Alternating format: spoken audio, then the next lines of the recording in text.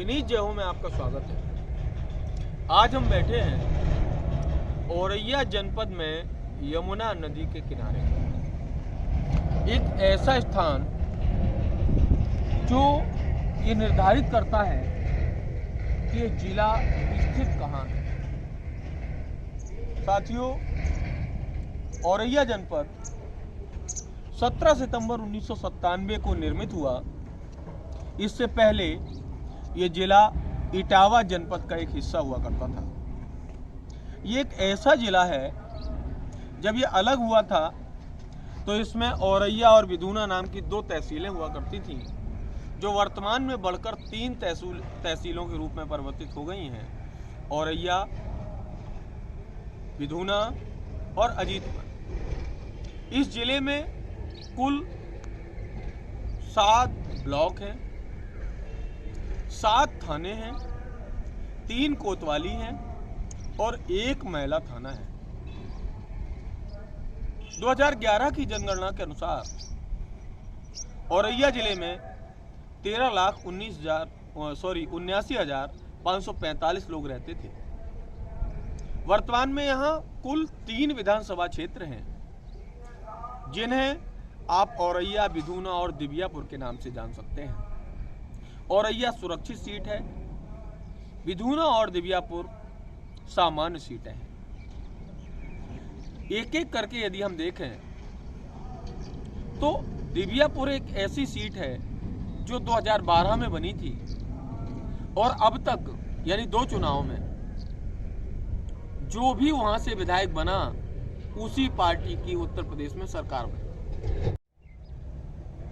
औरैया सुरक्षित सीट पर भारतीय जनता पार्टी और समाजवादी पार्टी की कड़ी टक्कर हमें दिखाई देती है, जबकि विधूना विधानसभा एक ऐसा क्षेत्र है जिसमें भारतीय जनता पार्टी, समाजवादी पार्टी और कांग्रेस ने महिला प्रत्याशियों को उतारा है।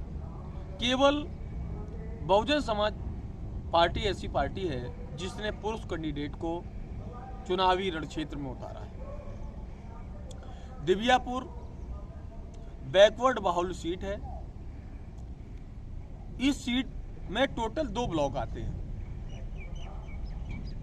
यद्यपि एक छोटा हिस्सा औरैया ब्लॉक का भी आता है, लेकिन मूलतः 2 ब्लॉक आते हैं। एक है भागनगर और दूसरा अछल्दा। अछल्दा एक ऐसा ब्लॉक है जिसे आप समाजवादी पार्टी का गढ़ कह सकते हैं, और जहां आज तक के इतिहास में समाजवादी पार्टी कभी नहीं हारी, हमेशा एक लंबी लीड लेके निकलती है। दिव्यापुर दूसरे ब्लॉक में आता है जिसका नाम है भागनगर। यद्यपि यहां लगातार भारतीय जनता पार्टी लीड लेती रही है, लेकिन अब की बार जो चुनाव है वो ऐसा कांटे का है, ऐसा प्रतीत होता है कि अब की बार शायद दोनों ब्लॉक बराबरी पर जाएंगे। जो जीत का अंतर होगा वो बहुत लंबा नहीं होगा। अगर हम विधूना विधानसभा क्षेत्र की बात करें तो विधूना विधानसभा क्षेत्र इस समय उलझ गया है, ऐसा लगता है। भारतीय जनता पार्टी के विधायक थे यहाँ 2017 से विनय साख। अंतिम समय में स्वामी प्रसाद मौर्य के साथ वो समाजवादी पार्टी में चले गए। चूंकि वो स्वयं बहुत अस्वस्थ रहते थे, तो ये माना गया कि उनके भाई देवेश साख चुनाव लड़ेंगे, परंतु परिस्थितियां ऐसी बनी कि भारतीय जनता पार्टी ने विनय साख की पुत्री रिया साख को अपना उम्मीदवार घोषित कर दिया। अंतिम समय में समाजवादी पार्टी ने भी अपना गणित खेला और गेम खेला, जिसमें धनीराम वर्मा जो पूर्व विधानसभा अध्यक्ष रहे उत्तर प्रदेश के, उनकी पुत्रवधू रेखा वर्मा को टिकट दे दिया, गौरव सिंह को टिकट दे दिया। कांग्रेस पार्टी ने भी एक महिला प्रत्याशी उतार दिया।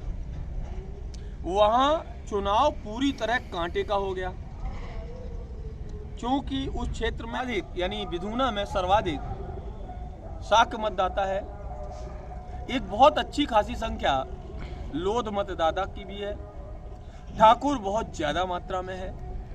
तो गणित ऐसा फंसा हुआ है कि वहां भी चुनाव पूरी तरह कांटे का चल रहा है। यद्यपि 10 मार्च को यह डिसाइड होगा कि कौन जीता, लेकिन अभी के इक्वेशंस को यदि देखें तो ऐसा लगता है कि वोट सीट भी पूरी तरह कांटे में है। अब आते हैं औरैया की तरफ। औरैया चूंकि एक सुरक्षित सीट है, औरैया शहर में ब्राह्मणों का बाहुल्य है और ताकत भी है।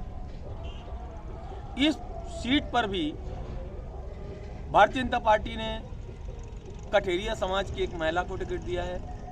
समाजवादी पार्टी ने दलित समाज से ताल्लुक रखने वाले जितेंद्र दोहरे को टिकट दिया है। इन दो पार्टीज में ठीक ठाक टक्कर दिखाई दे रही है। ये राजनीतिक माहौल जो भी हो, लेकिन ये जो यमुना आपको दिखाई दे रही है, इसमें बहता हुआ पानी ये निर्देशित करता है, ये बताता है कि राजनीति लगभग इसी गति से इस क्षेत्र में बदलती है।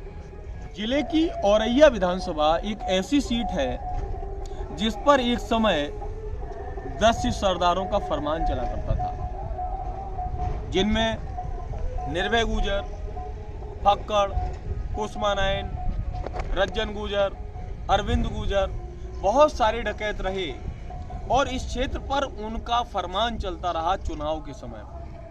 यद्यपि अब सब कुछ शांत है, लेकिन ये ऐसा क्षेत्र है, इस यमुना नदी को मैं चाहूंगा आपने छायाकार से कि वो दिखाए। यमुना नदी को पार करते ही जो आपको किनारा दिखाई दे रहा है, ये वो इलाका है जिसे बुंदेलखंड का इलाका कहा जाता है, यानी जनपद जालौन शुरू हो जाता है। यहाँ की राजनीति एक समय तक तो दस्युओं के पूरी तरह अंडर में रही, लेकिन वक्त बदलने के साथ और इलाके में शांति स्थापित होने के बाद अब यहाँ का मतदाता पूरी तरह सुरक्षित है। लगातार बहुत अच्छी तादाद में मतदान कर रहा है। देखना ये होगा कि 10 मार्च को किस प्रकार के रिजल्ट्स आते हैं, लेकिन मेरा अपना ऑब्जर्वेशन ये है कि औरैया विधानसभा भारतीय जनता पार्टी जीत रही है।